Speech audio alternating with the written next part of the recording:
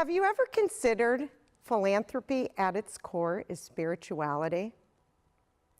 What if we could raise charitable giving from 2% of GDP to 3% of GDP?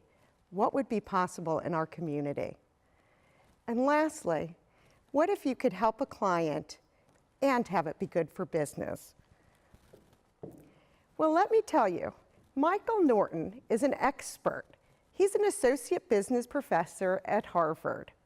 Now, Michael Norton, a number of years ago, did a study about happiness. It started off where they went to the University of British Columbia and they worked with students.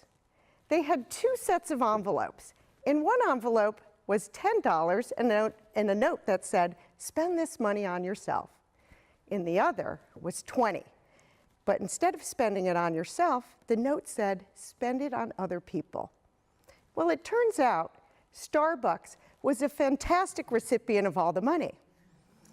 But at the end of the day, when they went back and asked those people, "How did you feel?" all the people with $10 were like, "Huh, what?" Like, "Oh yeah, you gave us $10. But for all the people who had $20, they were like, "Yeah, I felt really, really good about it." And it basically showed that people who were pro-social with money, giving money away to other people, they were happier. And his quote at the end of the study was, "If you think money can't buy you happiness, stop spending it on yourself and spend it on others instead." Now, I say, if there's a direct correlation being pro-social with money and happiness, I believe you can buy a stairway to heaven. Okay, it's really Led Zeppelin. Today I'm going to talk to you about the brain science of giving, why philanthropy is important, and what types of philanthropy can help you solve problems. Now let's get back to the brain science of giving. You just heard about Michael Norton, but he's not the only one out there. There's many scientific studies, and I believe science is facts and facts are real, and we're not talking about alternative facts here. We're talking about real science.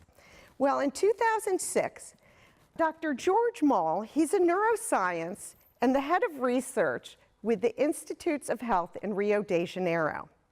Now, what Dr. Moll did is he actually took MRIs, scanning parts of the brain to see where the brain was activated when people gave money away. And what happened is the prefrontal cortex got really stimulated when people gave money away. Now, you might be interested to know that the prefrontal cortex also is the same part of your brain that lights up when we talk about food and sex. So just think about that. By giving money away, you're like having a great experience. Let's have some more of that. There's also another doctor, Dr. Paul Zak. Dr. Zak is a neuroscientist founding the neuroeconomics department at the Claremont Graduate Colleges in California. And what he did a lot of study on happiness as well, but what his study focused on actually was oxytocin, and the fact that oxytocin, as it releases, makes us happy, and that gets released when we help others and we give money away. Now, you might wonder, why is philanthropy important? First, for your business, and second, for your clients. Well, there's a lot of data out there that we need to be familiar with. Right now, there's over 79 million baby boomers that are shifting into retirement stage or passing away, and there's going to be a huge transition of wealth over the next few decades. As wealth managers, you want to be prepared for that. Well, in 2013, U.S. Trust came out with a great study. They work with Pew Charitable Trust and also Caspic and Company. And they went out to high net worth individuals and asked them about philanthropy. Well, what happened was these donors came back, or their clients came back, and they said, you know, advisors need to talk to us more frequently about philanthropy because it'll engage us. What they found is that advisors who engage in philanthropic discussions with their clients, one, have happier clients. Two, engage the next generation, and 3, if done right, can be an asset retention strategy.